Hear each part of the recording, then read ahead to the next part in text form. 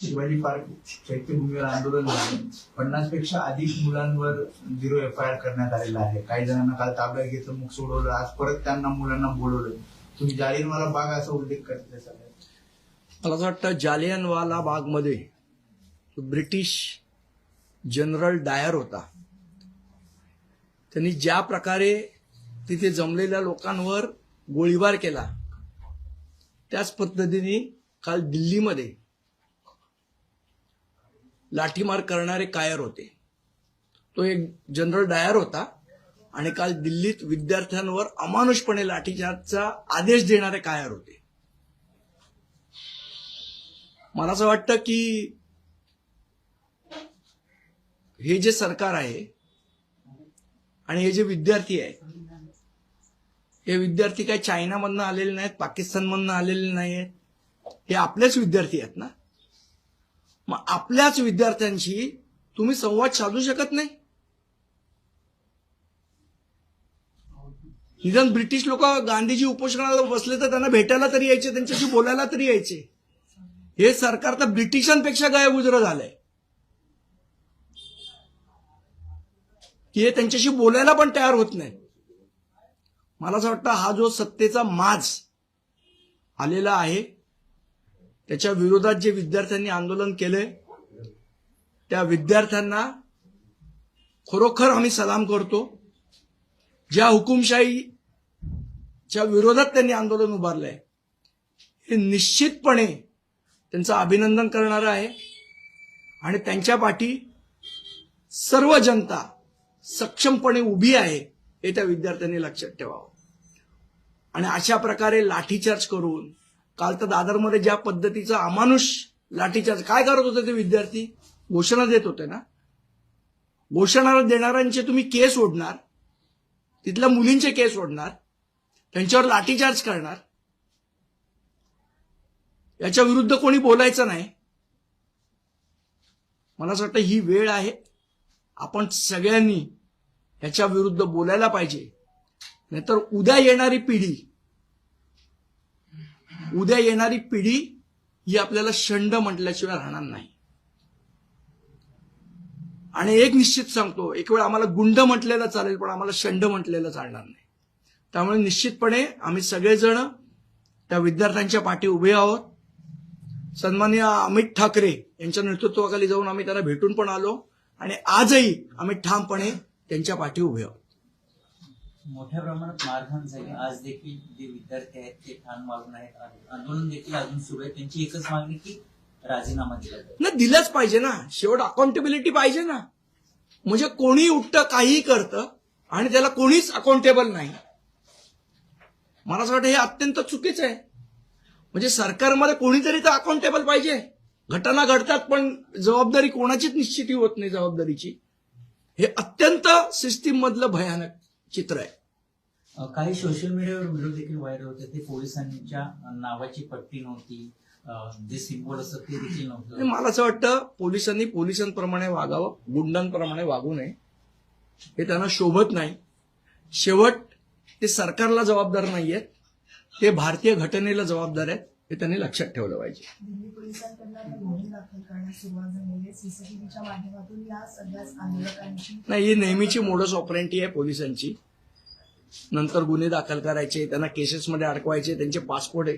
मला असं वाटतं एक काल का परवा मी नरेंद्र मोदींचं भाषण ऐकत होतो आणि त्याच्यात ते पंतप्रधान त्यावेळेचे मनमोहन सिंग यांना सल्ला देत होते की लाठीचार्ज कसे तुम्ही करता, लाठीचार्ज करणं चुकीचं आहे वगैरे.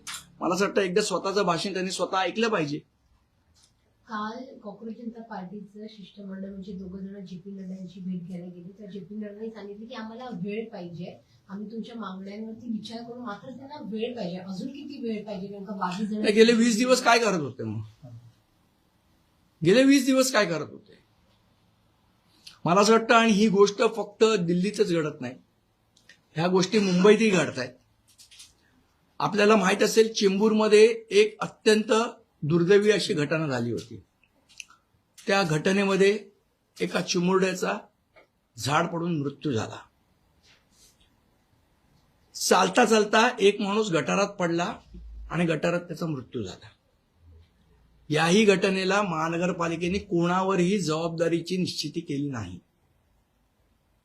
त्याच्यानंतर एक अहवाल बनवला तोंडाला पानं पुसणारा आणि त्याच्यामध्ये सांगितलं की ह्याला कोणीच जबाबदार नाही. मला असं वाटतं ह्या सगळ्या गोष्टींविरुद्ध म्हणजे ह्या घटना आहेत फक्त, तर या घटना नाही तर ही सिस्टीमचं फेल्युअर आहे. आणि म्हणूनच उद्या सकाळी 11 वाजता महाराष्ट्र नवनिर्माण सेना आझाद मैदानावर आम्ही आंदोलन करतोय.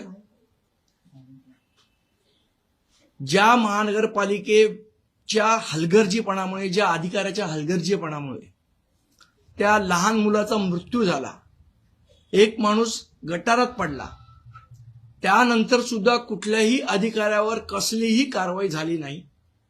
एक थातूर मातूर दंड त्या कंत्राटदारांना रिकमेंड करण्यात आला, तोही अजून त्यांच्याकडनं वसूल केला गेला नाही.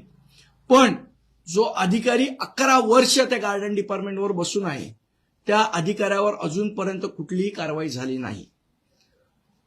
आमचं उद्याचं आंदोलन हे फक्त त्या अधिकाऱ्याच्या विरोधात नाही, तर जबाबदारी निश्चिती न करणाऱ्या व्यवस्थेविरुद्ध आहे. त्यामुळे आपल्या माध्यमातनं माझं सर्व मुंबईकरांना आव्हान आहे की नुसता हा महानगरपालिकेचा विषय नाहीये, हा व्यवस्थेचा विषय आहे. ज्या व्यवस्थेमध्ये कोणीच जबाबदार नाही अशी जी व्यवस्था उभारडा करण्याचा प्रयत्न सरकार करते, त्या व्यवस्थेच्या विरोधातलं उद्याचं आंदोलन आहे. तर आपण सगळ्यांनी आपल्या माध्यमातून मी विनंती करतो मुंबईतल्या सर्व नागरिकांना, सर्व विद्यार्थ्यांना, सर्व लोकांना की उद्या 11 वाजता आपण हे व्यवस्थेविरुद्धचं आंदोलन आहे हे करण्याकरता आपण या, असे मी आपल्या माध्यमातून सर्वांना विनंती करतो. महापालिका आयुक्तांना तुम्ही पत्र लिहिलं होतं की या त्या सगळ्या पत्राचं उत्तरही आम्हाला देत नाही, ना आम्हाला कुठली चर्चा करायला बोलवत.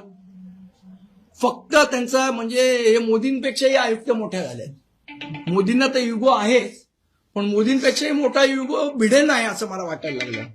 काल संदीपजी दादरमध्ये नीटच्या विरोधात पेपर फुटीच्या प्रकरणामध्ये आंदोलक पाहायला मिळाले, तरुण विद्यार्थी होते, त्यांच्यामध्ये एक बॅनर औरंगजेबाचा पाहायला मिळाला. पण प्रश्न उपस्थित होता, काय औरंगजेबाचा बॅनर पाहायला मिळाला, फोटोचा मला वाटतं मी तरी बघितला नाही. संदीपजी तुमच्या माझ्या इथे जी मुलं आलेली ना, जी इथे उभी होती, ती छत्रपती शिवाजी महाराजांच्या घोषणा देत होते आणि बाबासाहेब आंबेडकरांच्या घोषणा. आता हे सगळं सांगतील की याच्यामध्ये IS आहे, चायना आहे, हे आहे, ते सगळं आणतील. पाकिस्तानच्या अँगल हा, पाकिस्तान आहे, सगळं आहे. उद्याच्या आंदोलनामध्ये कोणते होते? युक्रेनची पण लोक असू शकतात. संदीपजी मला असं वाटतं आपल्या जो घरी एखादा मुलगा आपला चिडला ना, तर त्याला आपण काठीने बदडत नाही, त्याची आपण समजूत घालतो.